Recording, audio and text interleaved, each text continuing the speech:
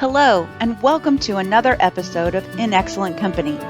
In Excellent Company is a people podcast based on personal stories featuring special guests who have trailblazed their way to success. Get ready to be motivated and inspired by leaders that have impacted the lives of many. Check back often as we release new episodes. We have so many great guests lined up, and I know you're going to want to lean into this conversation. You're in excellent company. All right, Charlie, it is Casey. How are you today? Good. I'm better than good. I'm grateful today. I love the name Charlie, by the way. I don't know if you know this, I have a brother-in-law named Charles. His son's Charles, but they go by Chaz and Charles. So I like that you're Charlie. Yeah. And I haven't told you this part, but I have a dog named Charlie. So anyway. Oh, right. I can still, I fit into your You fit into my world. You fit into my world. Well, listen, what a pleasure it is to get to spend some time with you today. Yeah. My goal has always been for In Excellent Company, and you qualify big time for In Excellent Company. You've got an amazing background and a skill set and just insight. I want to talk about leadership today, turning teams around. So let's start off with, what do you think the most important attributes are of successful leaders? Yeah. It's interesting. I've had great leaders and I've had leaders who I thought, could develop a little bit, but I think you have to be willing to lead from the front in this day and age.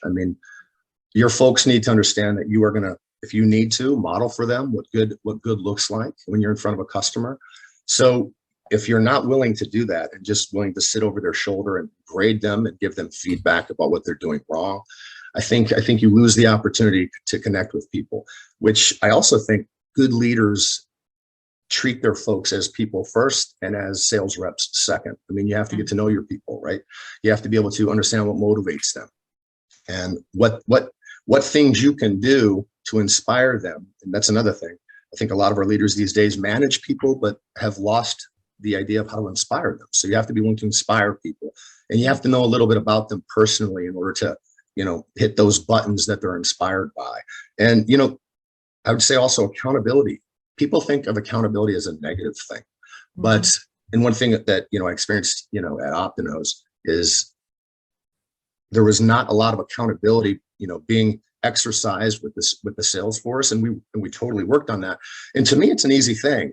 If you set the appropriate expectations and you get commitments from people around those expectations, then it makes it very easy to hold them accountable. Heck, you could actually, do that in any area of your life. If you, set appropriate expectations, get the commitment. The commitment is key, right? Because you said you wanted to do this, you said you wanted to be this individual, then you can always hold people accountable, and you should be willing to share that accountability with them. I'll do anything I can to help you. So I would say those things. I would say making sure that you're leading from the front, willingness to, show people what good looks like, and treat them as people, and they'll run through a wall for you, but you have to hold them accountable. So, it's so interesting that you said that. And I like that you opened up. We've had good leaders and bad leaders, because, oh my, have I had good leaders and bad. Yeah. And I have learned as much from the bad leaders as the good ones. Like, I don't want to ever do that. I want to avoid being like that, because ultimately, and I could not agree more, is people want to feel valued, right? You said get to know them. Yeah. And unfortunately, the bad leaders, they don't get to know them, and people immediately reject them. And so when you start rejecting your boss, it doesn't matter how much expectations you put on them, they're going to reject it. And so I applaud you. I love that you said and lead from the front. Yeah. And to that point, you have to be consistent, and your people have to see you being consistent. Like you'll probably have performers, you'll probably have a middle of the road people, and then you'll have some low performers. But it doesn't mean you can't treat them the same. You have to, when it comes to execution of the job. Now, you may treat your top performers differently when it comes to things that you need from them, or what you request and how you make them send in things to you.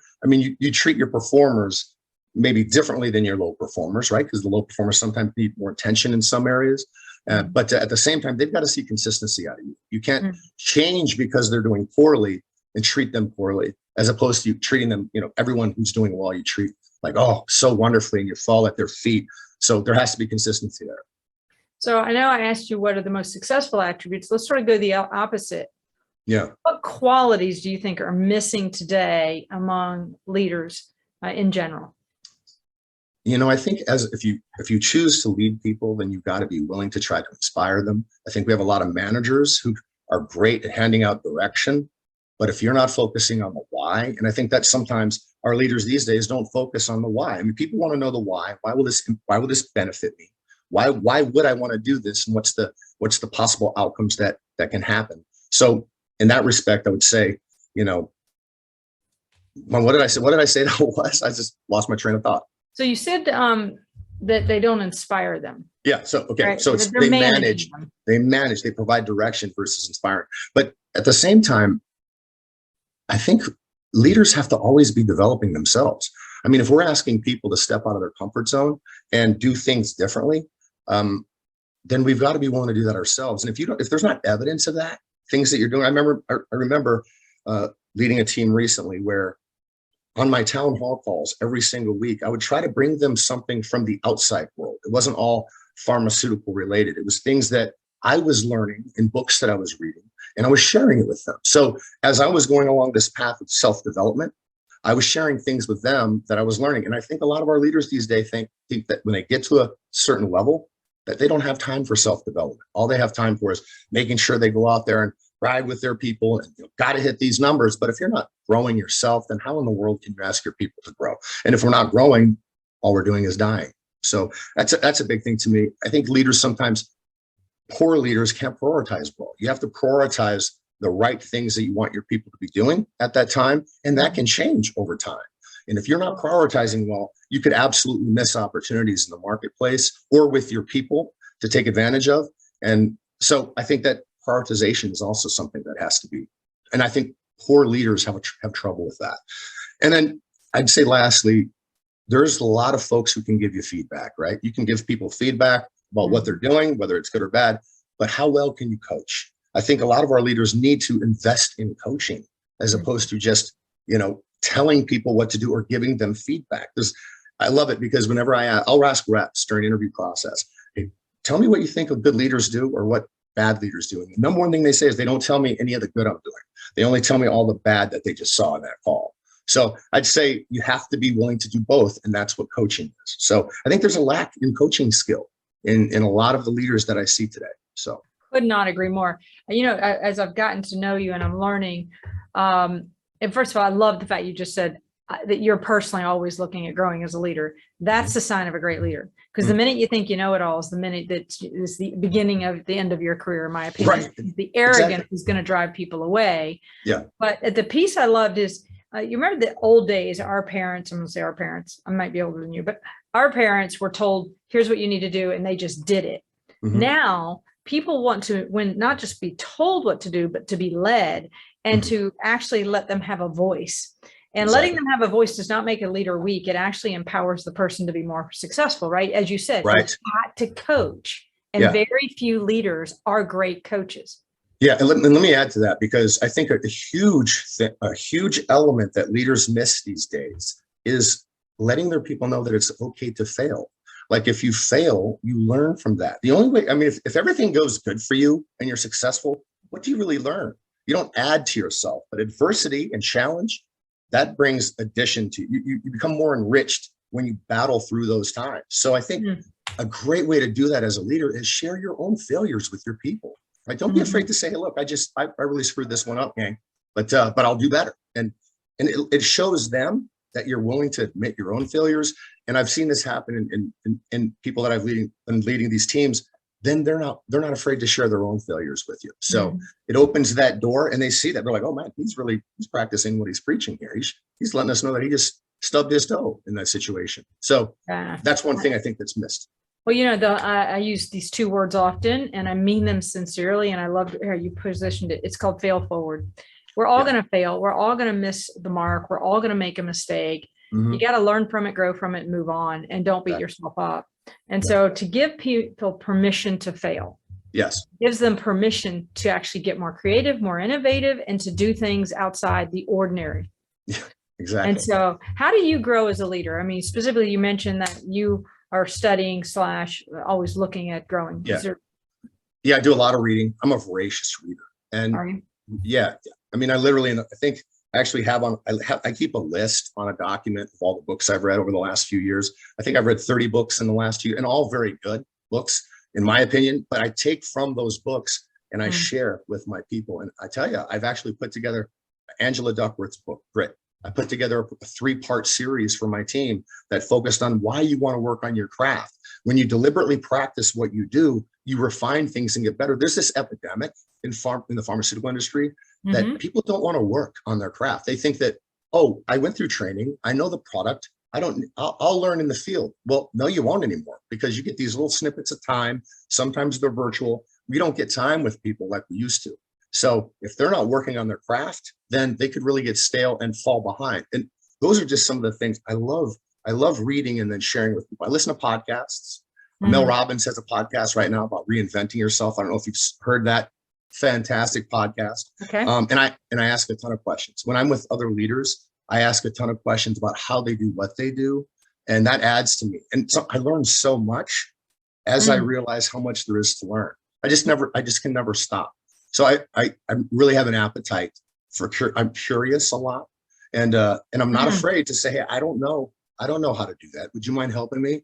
Or I don't know what that acronym means. I ask a ton of questions, and invariably, I think that helps me with my own personal growth. I mean, like I said earlier, how can you ask your own people to grow if they're not seeing evidence of your own growth? Yeah, and I gotta just jump in. The one thing about you that I just love, and you just said it, and whether you realize or not, and anybody listening in, you're voracious at learning. Yeah. And helping other people learn. And I believe that's a quality that's missed by so many managers. I'm going to put it in air quote managers, leaders, because if you think about it, Charlie, right, we all sort of got promoted somewhere in our life because we were a good performer. Yeah. I mean, you don't get promoted unless you are decent at what you do. Right. But when you hit that management role, leadership role, where most people learn is from the old leaders that were leading them. And most of them were not extraordinary. Right. There's some that are amazing. So you hope to take those great qualities and avoid the bad ones. But I got to really challenge anybody listening in, because that's my tendency is to always make people hopefully think and question going, am I a voracious reader? Am I a voracious at growing and learning? I mean, I use the word fanatic. I like fanatic because it's like, and you're unusually it catches you. Passionate about a topic. And so maniacal. Yeah. And you're a maniacal leader. And I say that with the greatest compliment, because I recognize you in me, where you're like, oh, my people can't fail because I own it. Right. I own whether or not they don't make it. So I'm going to give them and pour into them and teach them and guide them, not tell them what to do, as you said. Coach them and inspire them. All right. So I have to ask a question, because based on your leadership, do you have an example of a team maybe that you took over and that you turned them around? And can you say how you did it? I don't know if you have an example. Yeah, sure. I have a great example. As a regional business director, I had a group that was ranked. I took over the team and they were ranked ninth out of 11 in the country, and they were also very discouraged at the time. And they didn't really see a way out. And it's funny, because what I did, the first thing I did was tell them, let's not focus on the numbers. Just don't focus on any numbers that you see. Don't worry about where we're ranked, because if you trust me, we're not going to be ranked here for long.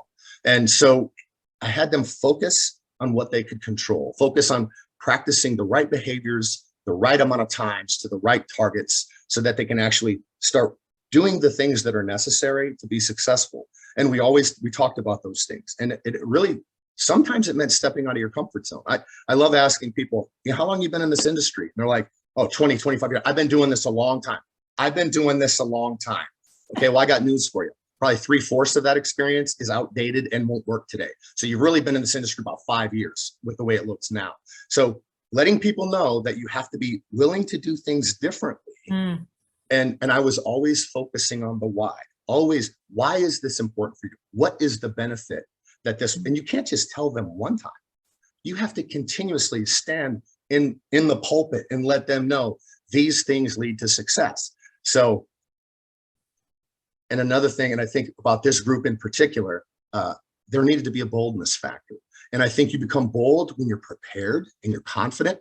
So a real big, like we would have situations weekly where we talk about, clinical trials. We'd make sure that any questions they had, we'd make sure we were constantly hammering the messaging. hammering the patient type. So I wouldn't just tell them one time. And I think that gets missed these days, is sometimes you think that good leadership is letting someone know that they need to do things differently. No, good leadership means telling them that and then showing them that throughout the days, the months, and the years that you spend with them. This team started 9 out of 11.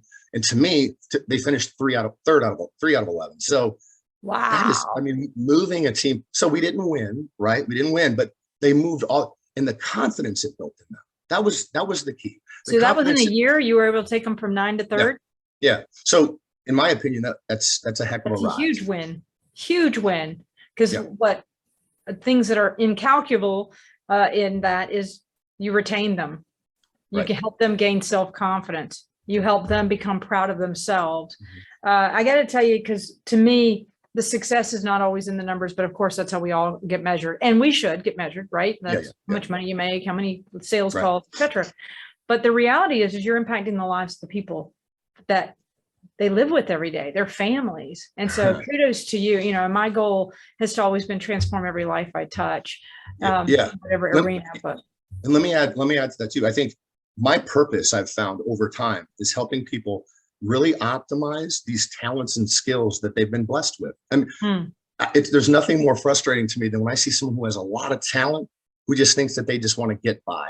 You know, it's like, honor these skills that you've been given and work your tail off to maximize them. And what they find is they really don't have to work that hard if they're super talented, but they do have to commit, right? They have to commit to making sure that they're utilizing these talents and skills. And I know, you know, like I mentioned grit earlier, but you know, performance is 1 part talent, 1 part skill, and 2 parts work ethic. So if you're not working hard, and I'll tell you in the interview process, I used to look for people who were super talented, performance, right? That kind of gets you in the door. But I want to know how you've overcome adversity. Let me know. I don't care if it's personal or professional. How did you deal with a huge thing that occurred to you? And what was your process in moving through that?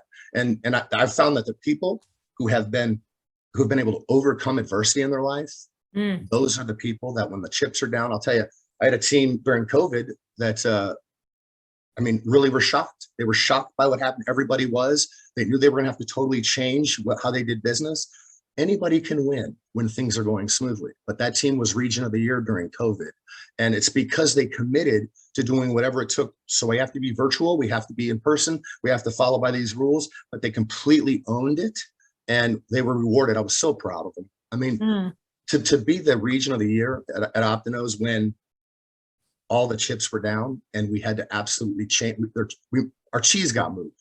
So we had to absolutely change how we did things. And I was so proud of them, how they responded. Wow. Yeah. Okay. So my last question for you. Yeah. What's one thing today that makes you most proud beyond that Optinos team? But you can pick anything you want. One thing that makes you most proud. I'm gonna go personal then, if that's okay. Absolutely. So my son is 17 years old and he has a best buddy they're both seniors in high school now. They came to me last year and they said, he said, hey dad, would you be willing to come out with us on Easter to this place? And we want to watch the sunrise. And we want to turn this into like something we do. We just want to go to this place. And I said, sure, I'll go with you. Like checked out 5:45, the sun rose. And we sat there and I said, well, let's take advantage of this moment. What are we grateful for? And they started telling me what they're grateful for. And they asked me, hey, we should do this more often. So we actually now have this thing called the Lion's Den, where they come. They also have invited 2 friends each now. So it's 6 young men, 17 years old, who come to the Lion's Den. And we read Atomic Habits by James Clear. We read Good Vibes, Good Life by I think it's Vex King. What a great name, Vex King.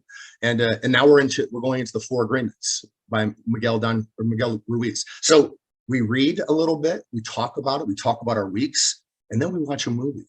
So we went through the whole gamut. Braveheart, A Few Good Men, the Lord of the Rings trilogy. But this is an opportunity for them to come and share their challenges, share their successes, and we all talk about it as a group, and they love it. I never would have thought that they would be so into it, and they are.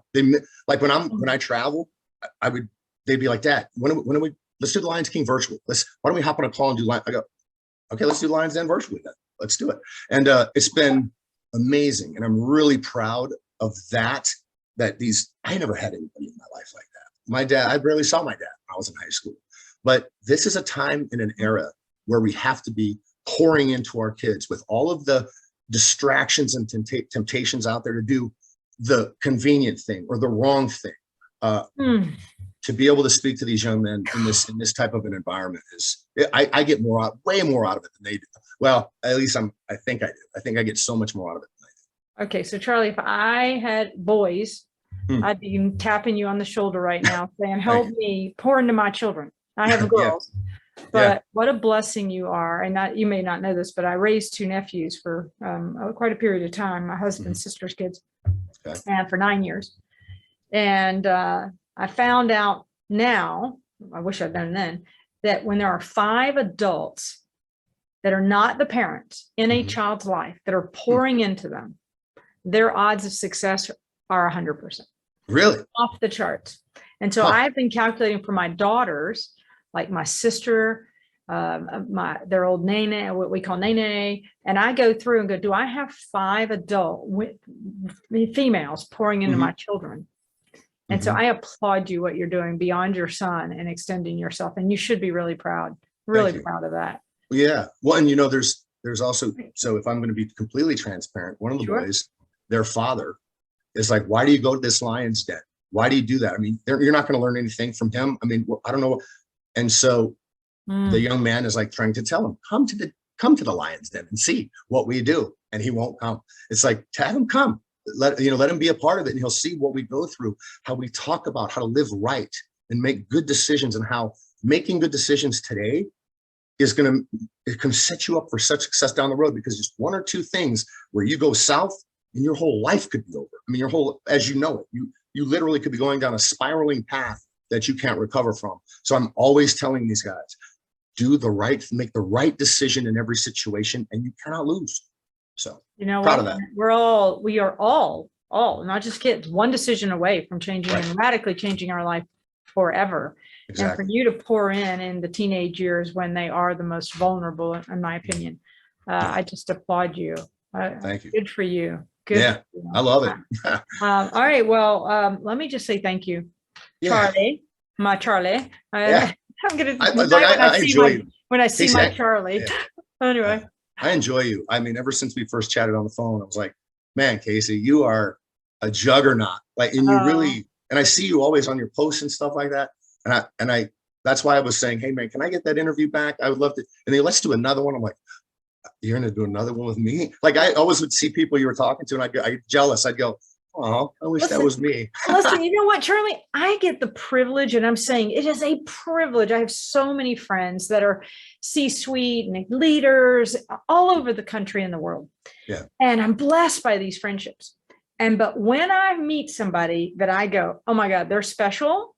And that's where I put you in that category, going, man, there's very few executive leaders like yourself who absolutely lead from the front, inspire their people, care for them, value them, and don't say, go do it, but teaches them how and the why. I mean, you're unique. And I want you to know, anybody listening in, if I'm going to tell you, Charlie, you're the real deal. And so kudos to you for what you've done, for all the successes in your career. I'm one of your biggest fans. And there's so many nuggets. I didn't know the part about the Lion's Den. And it, of course, resonates for me, because I'm like, I knew he was the real deal, and he's a great guy. We have a logo and everything. Do you really? Okay, how often do you meet? How often do you guys meet? Well, during the summertime, we were meeting 2 and 3 times a week. And then during school, it's a little bit tougher, but we do reserve for the weekends. And the weekends are at 8 a.m. on Saturday and Sunday, because it forces them not to be out doing goofy stuff, but making sure they get home, get a good night's sleep, because the Lion's Den is important. So we usually will do it at 8, either one of the 2 days. So it's got less time we've done it, but it still keeps going, and it's going strong. Okay. So the Lion's Den, I love it. It's great. I love it. We're going to start a podcast. Are you? We're going to just call it the Lion's Den, and basically just have it recording on Anchor as we just go through the Lion's Den. It's going to be sweet. All right. You let me know when it gets up and running. I'll do what I can to help you, because I think you're just an extension of what men in this country need. Young boys, I'm going to call it young boys. But congratulations on that. And thank you so much for spending a few minutes with me. I have no doubt when people listening into this podcast will say, okay, there is something to be learned and things I need to do differently. Yeah. So thank you. I appreciate the opportunity. Yeah. Thank you. I'll take it. What a privilege. Thank you very much. I appreciate that. All right. Have a great day, my dear. Are you out? I'm out. All right. Thank you so much. Appreciate you. You're so welcome. All right. Thanks. Thanks so much for listening. Be sure to join us again, and don't forget to check back for new episodes of In Excellent Company, a Zenix podcast. You can download our episodes wherever you love to listen to your podcasts or on our website at zenix.com/inexcellentcompany. See you next time.